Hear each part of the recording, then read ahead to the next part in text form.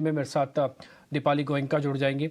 उनसे हम फिर बातचीत करेंगे और थोड़ा उनकी कंपनीज़ के बारे में ज़रा पता करेंगे, वेल्सपन ग्रुप के बारे में कि इस समय क्या चल रहा है और स्पेशली जो टेक्सटाइल बिजनेस है उसमें ग्रोथ वगैरह कितनी आ रही है और मार्जिन्स वगैरह कैसे चल रहे हैं जब थोड़ा इंटरनेशनल मार्केट्स में उथल पुथल हो रही हो कमोडिटीज़ में ही।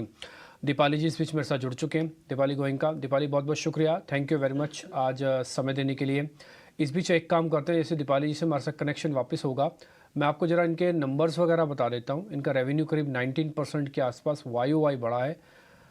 जितना हमने नंबर्स को स्टडी किया है कि डिमांड वगैरह तो ठीक है होम टेक्सटाइल वगैरह की, तो आगे चल के गाइडेंस देखते हैं कितनी मिलती है। जो हमारे पास अभी तक नोटिसेबल गाइडेंस है वो करीब 10 से 12% ग्रोथ की है, यानी कि हर साल 10-12% की ग्रोथ दिखेगी। मुनाफा जो देख पा रहे हैं ना मल्टीपल्स में है, तो ज़रा ये भी पता कर लेते हैं कि अब नॉर्मल है या फिर नॉर्मल्स है। मार्जिन ऑलमोस्ट डबल से भी ज़्यादा हैं, 14% के मार्जिन हैं। तो नंबर्स ही काफ़ी अच्छे दिख रहे हैं, बट क्या ये रियलिस्टिक है, इसके अंदर कोई एडजस्टमेंट्स हैं, ये सारी चीज़ों पे भी दीपाली जी से हमारी बातचीत हो जाएगी और थोड़ा उनसे हम समझ लेंगे। दीपाली मैम बहुत बहुत शुक्रिया, first of all thank you very much, आज आपने समय निकाला, आपसे बातचीत होगी। मैं नंबर्स आपका देख रहा था, कईयों में तो परसेंट की जगह हमको टाइम्स लिखना पड़ा, 22 टाइम्स बढ़े हैं, कईयों में तो डबल से भी ज़्यादा हुए हैं। तो मैं सारे के सारे नंबर अभी दर्शकों को बता रहा था आपने। आप मैम हमको ज़रा ये गाइड कीजिए, इसके अंदर कोई एडजस्टमेंट्स तो नहीं है, ये रियल नंबर्स हैं? ये एडजस्टमेंट्स की तो बात हो ही नहीं सकती यहाँ पर। This is all the numbers that we have achieved and I think मैं आपको ये बताना चाहूंगी कि आप जो बात कर रहे हैं वो वॉल्यूम जो आपको जो ग्रोथ ज्यादा दिख रही है वो ज्यादा दिख रही है हमारे इमर्जिंग बिजनेसेस में, जिन्होंने एक्चुअली 30% कॉन्ट्रीब्यूट किया है, 31% टू आवर टॉप लाइन, जिसमें फ्लोरिंग आता है, डोमेस्टिक कंज्यूमर बिजनेस आता है, एडवांस टेक्सटाइल आता है। इनफैक्ट फ्लोरिंग बिजनेस ने इटसेल्फ इट वो 52% ग्रो करा है। तो डेफिनेटली ये नए बिजनेसेस हैं, तो यहाँ ग्रोथ भी आपको ज्यादा दिखेगी उस हिसाब से, उस तरीके से। So yeah that's where it is. Always a pleasure to talk to you, Priyanka this side. और आपसे जब लास्ट टाइम बात हुई थी हमारे खास शो में, तभी आपने हमें बहुत हद तक ये आइडिया दे दिया था कि Q2 के नंबर्स स्ट्रॉन्ग आएंगे, बहुत स्ट्रॉन्ग विजिबिलिटी आपको यूएस से दिख भी रही थी। इनफैक्ट वो सारी चीज़ें मैं रिकॉल कर पा रही हूँ और आपके नंबर्स में बिल्कुल क्लियरली कैप्चर हो रहा है। लेकिन सिर्फ एक कंसर्न, जिस तरह का इस वक्त ग्लोबल रिकवरी ओवरऑल बहुत ज़्यादा पैनिक है इस वक्त ग्लोबल मार्केट्स में भी, एक बार के लिए ये चांस दिखता है कि क्या जिस पेस पर हमने यूएस की रेजिलियंस देखी है, इस मार्केट की, ग्लोबल इकोनॉमी की, यूरोप से आपके ऑर्डर्स हैं, ये आगे भी क्या सस्टेन करेंगे?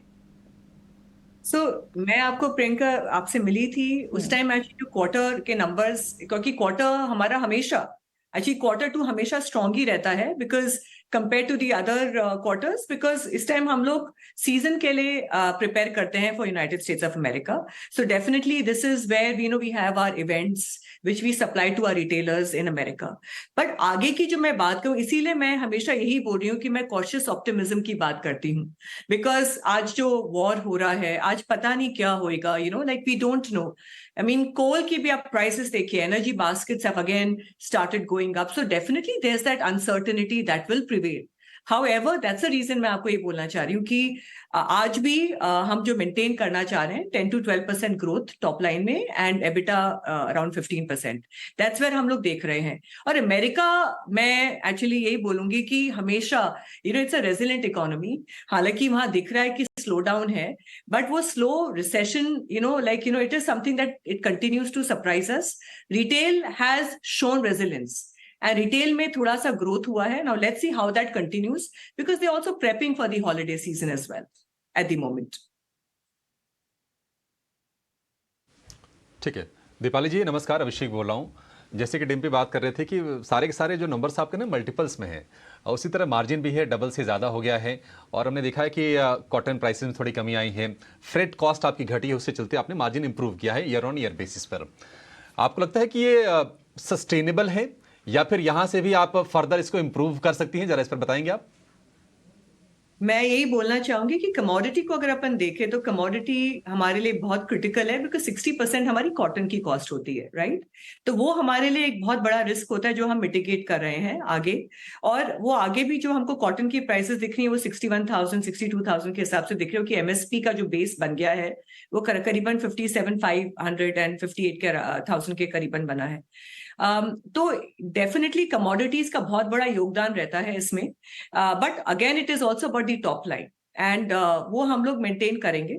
लास्ट ईयर के जब आप नंबर्स देखेंगे तो उसमें हमारे इमर्जिंग बिजनेसेस का काफी स्लो था, वो अभी एक अपटेक हमको दिख रहा है, जैसे फ्लोरिंग बिजनेसेस हैं या एडवांस टेक्सटाइल्स है, end of course domestic businesses का भी योगदान है इसके अंदर। ठीक है दीपाली जी, बहुत शुक्रिया आपका समय देने के लिए और 18 स्वदेशी बातचीत करने के लिए, नंबर्स को लेकर और आगे आउटलुक को लेकर भी अपना व्यू शेयर करने के लिए। बड़ा अच्छा लगा आपसे बातचीत करके।